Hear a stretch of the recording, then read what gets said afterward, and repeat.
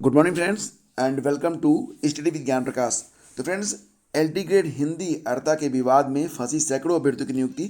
सबसे पहले बात करेंगे यूपी टीजीटी और एलटी ग्रेड में जो हिंदी के लिए अर्ता होती है, ये अर्ता क्या होती है।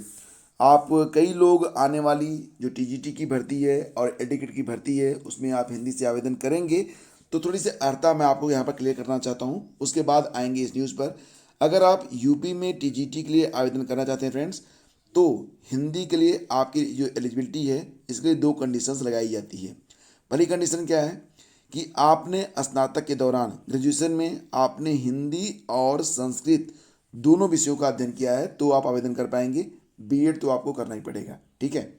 दूसरी एलिजिबिलिटी ये होती है कि इंटरमीडिएट में आपने संस्कृत विषय का अध्ययन किया हो, प्लस ग्रेजुएशन में आपका हिंदी एक विषय रहा हो, तब भी आप आवेदन कर पाएंगे।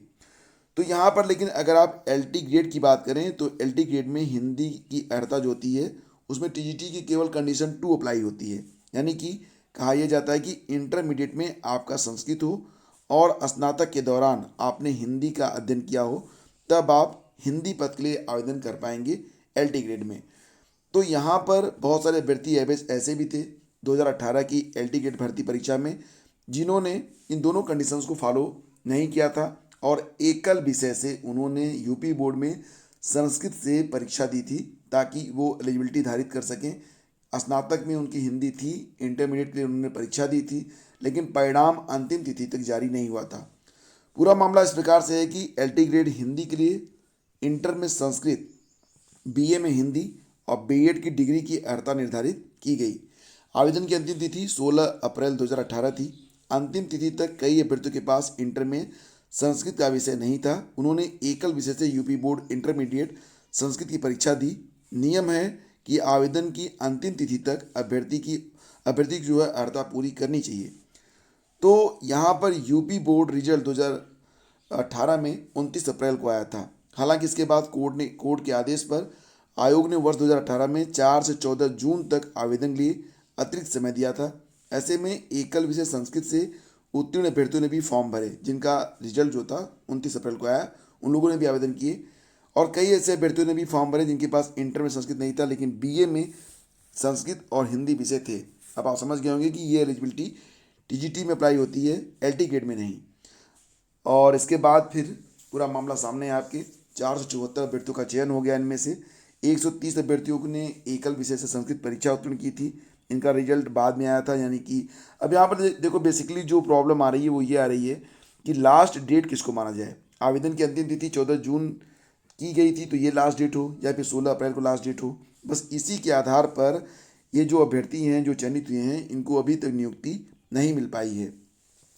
हालांकि फ्रेंड्स, अगर आप देखेंगे तो यूपी टीजीटी पीजीटी की जो भर्ती पूरी हुई है 2021 वाली, ये रिकॉर्ड समय में पूरी हुई है। इतने कम समय में पिछली कोई भी शिक्षक भर्ती टीजीटी पीजीटी की पूरी नहीं हुई थी।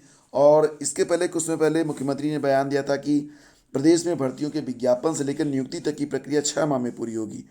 लेकिन एलटी ग्रेड इसके लिए एक अपवाद है। 2018 की ये भर्ती है और इसमें इतनी रुकावटें आई कि ये आप समझ ही रहे होंगे। फिलहाल अभी देखना ये है कि लास्ट डेट कौन सी मानी जाती है और इन अभ्यर्थियों के साथ क्या होता है, इनका अंतिम रूप से चयन होता है या नहीं होता है।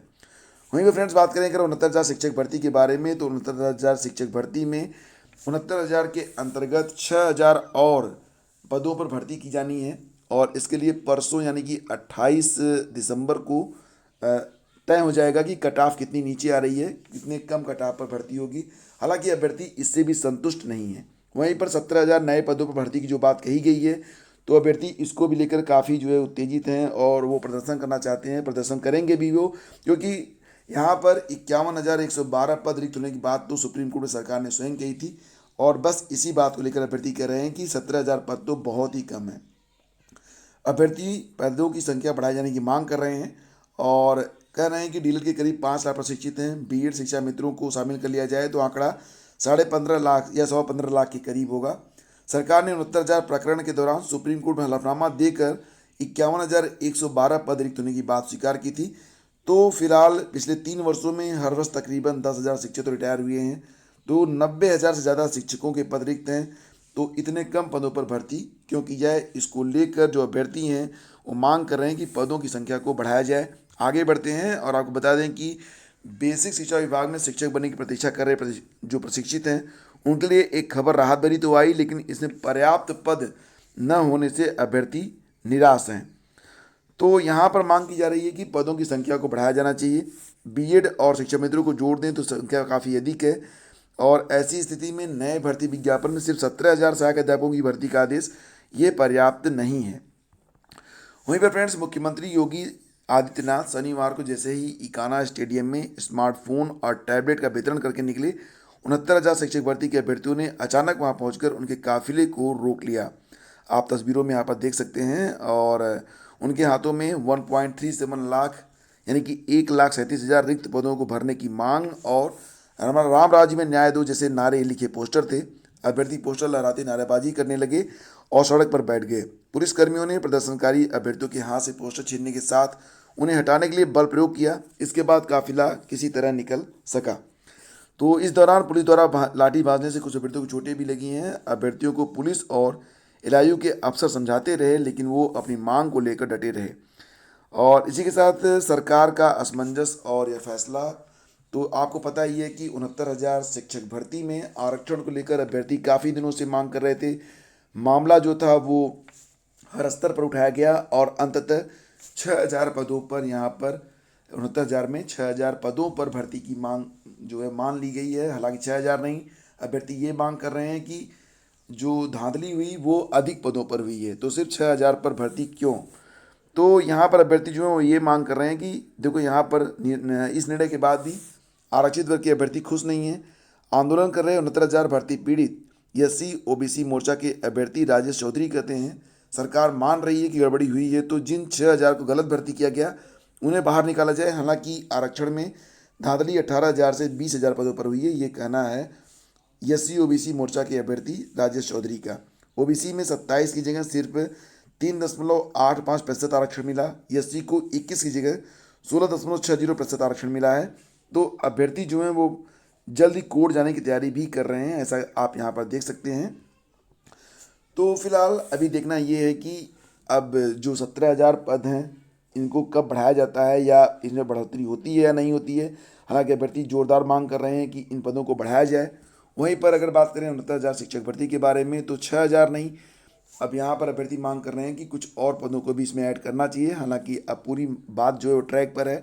28 तारीख को इसकी कट ऑफ आनी है, देखनी है कि अब ये देखना ये भी होगा कि जो कट ऑफ मेरिट है वो कितनी नीचे तक आती है। आगे बढ़ते हैं फ्रेंड्स, चलते हैं अगली खबर पे। तो खबर जुड़ी हुई है शिक्षक भर्ती से ही। तीसरी शिक्षक भर्ती में शिक्षा मित्रों को भारांक और आयु में छूट मिलना तय है। जैसा कि आप जानते हैं 17,000 पदों पर तीसरी नई शिक्षक भर्ती कराने का निर्णय लिया गया है, और इसमें सभी अभ्यर्थी दावेदार रहेंगे, बीएड बीडीसी और शिक्षा मित्र सभी। तो इसमें शिक्षा मित्रों को उम्र सीमा में छूट मिलनी बिल्कुल तय है, और जो सहूलतें उनको पिछली 2 शिक्षक भर्तियों में 68,500 और 69,000 में मिली थी वो सहूलतें इसमें भी मिलेंगी।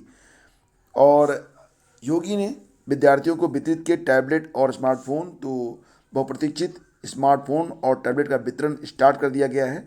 पूर्व प्रधानमंत्री भारत रत्न अटल बिहारी वाजपेयी जी की जयंती 25 दिसंबर को सुशासन दिवस के अवसर पर प्रदेश में स्नातक, स्नातकोत्तर, मेडिकल, इंजीनियरिंग, कौशल विकास प्रशिक्षण से जुड़े अभ्यर्थियों को मुफ्त टैबलेट और स्मार्टफोन वितरण की योजना का आगाज किया गया।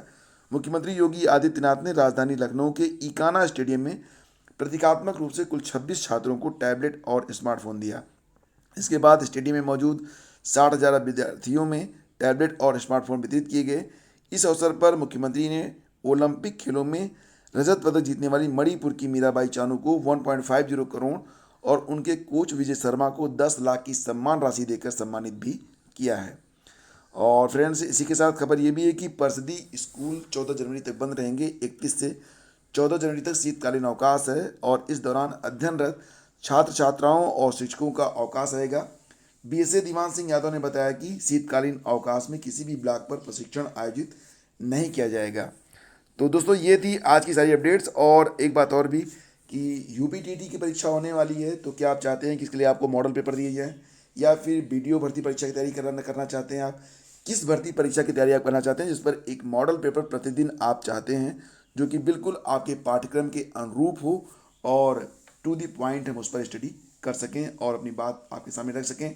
तो बताइएगा कि आप किस भर्ती परीक्षा की तैयारी करना चाहते हैं।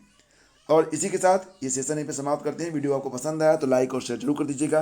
बहुत बहुत धन्यवाद। आप सभी का दिन मंगलमय हो। Thank you so much.